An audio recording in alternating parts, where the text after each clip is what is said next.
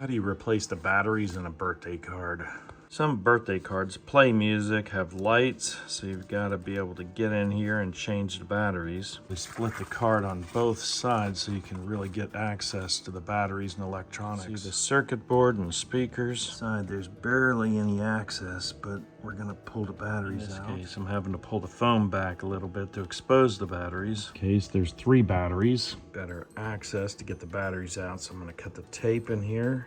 Every task is a challenge, but these are not designed to be removed, so I'm having to deform all this metal to pull the battery out the side. Finally got the first battery out, but there's 2 more to go. Battery, you can see I scratched it up pretty good. We're gonna test it to make sure it's dead and not some other problem. 0.3 volts, so that's very low. It'd be something like 1.5, 1.2, but 0.3 is very low. You can see how I had to bend all that metal to get that battery out. A little bit desperate, so I'm gonna use a chisel and pull that board off so I can get access a little better. Not sure how well this is going to get the board out. It's kind of messing up the front. Board lifted up, but all those wires are still holding it in. I may have to cut it up here. This is getting ridiculous. Getting ugly now. With everything pretty much destroyed, let's see if we can get the batteries out now. Absolutely ridiculous. The batteries are riveted in. You've got to pull the metal up. I don't know how we're going to get this thing back together.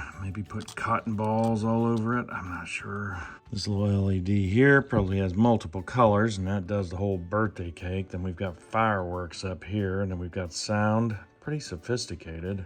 We'll put some new ones in and see with all this trauma if we fixed it or not. New batteries, all opened up, they just slide in. To activate this card, I'm gonna have to use a magnet. So if I bring it over to the circuit board here, wave it around, you can see that starts the fireworks, and then it'll play Happy Birthday.